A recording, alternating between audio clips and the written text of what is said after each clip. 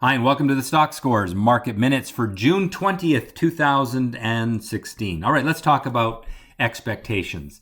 The expectations you have for your trading performance can have a real effect on your decision making. If you set expectations unrealistically, then it's likely you will fail.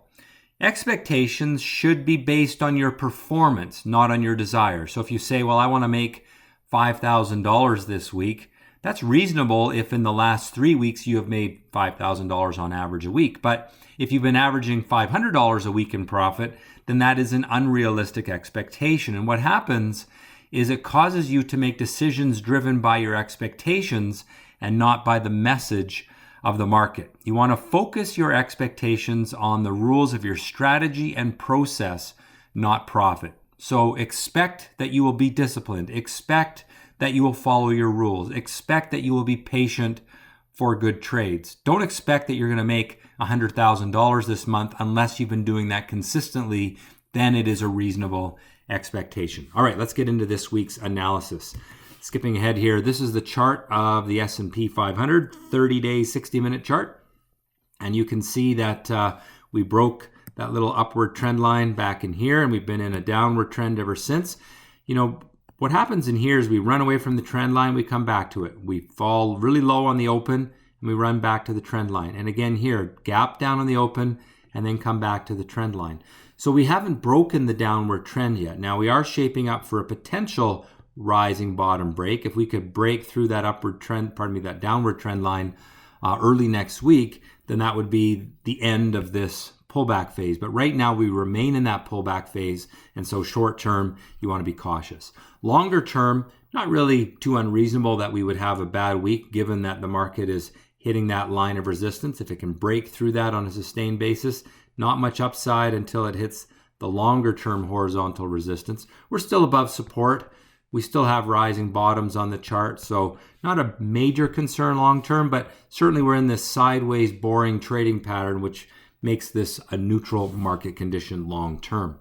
On the Russell 2000, we broke the downward trend. Nice little break from a rising bottom there. Now we're getting a little bit of a pullback. Reasonable, but basically I see more potential in the small caps than in the large caps because this chart just has more upside potential to resistance, and it's building a little bit more enthusiasm in the near term.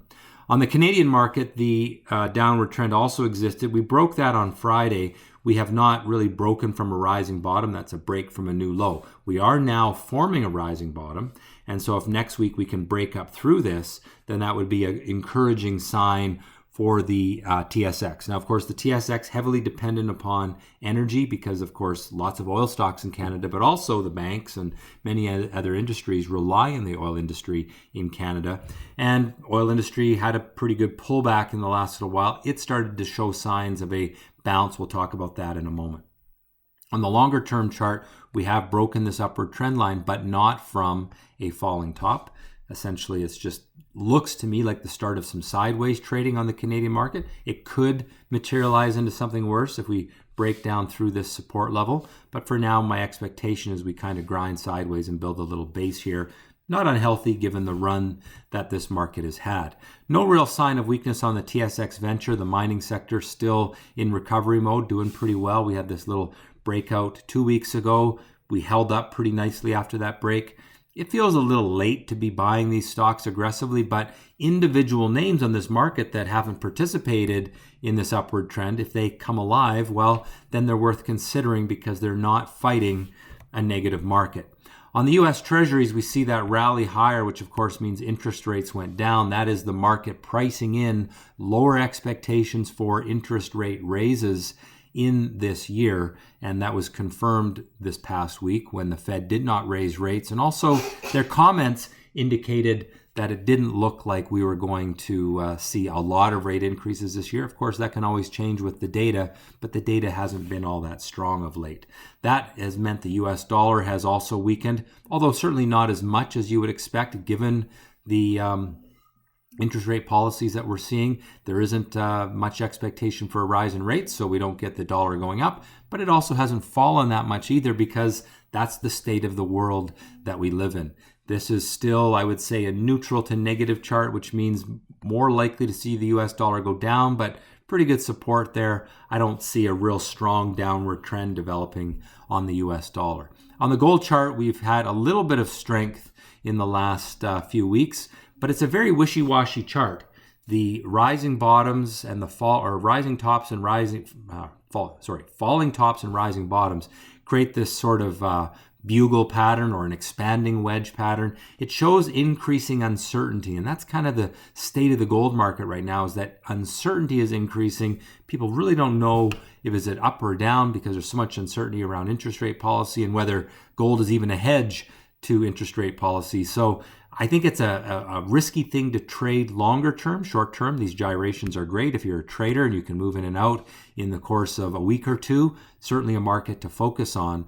But I don't know that you want to be parking money in here long term and not keeping an eye on it, because it does have lots of risk. We see on the USO, which is the oil index ETF, we had some pretty good weakness there that was contributing to the weakness in the Canadian market. We broke that little downward trend this past week, pretty good volume, and I think we're probably just going to go into a little bit of a sideways trading pattern now that that upward trend line has been broken. So look for sideways trading in oil near term, but if this rolls over here, makes a falling top, rolls over and goes through there, well then there's more trouble for oil, as it will likely start to test some of those areas of support. And finally, the VIX, the fear chart, had a little pop. We talked about that last week. It's kind of trickled lower, but I don't think that the market is over the fear. It's really not panic, but you got to keep an eye on this because we do have some situations in place that could lead to more market weakness. And if it does, this thing will pop. It's a great thing to trade when there is fear increasing in the market. So this is my go-to when I see the market correcting. So ratings then, neutral long-term on the US stock market, bearish short-term, same for the Canadian market, but I don't think it's a big worry. They're getting a little oversold right now. On the gold market, neutral long-term, bullish short-term, but again, it's a little long in the tooth after a pretty good run the last week and a half or so. Oil, I got it neutral on both time frames. I think it's more likely to go into a sideways trend, but there is some risk that we'll get further weakness, so we want to watch for those breaks of support. Last week's weakness in stocks breaks some short-term upward trend lines. We should have some caution with equities. Growing uncertainty in gold may threaten the long-term strength, but still there is no breakdown.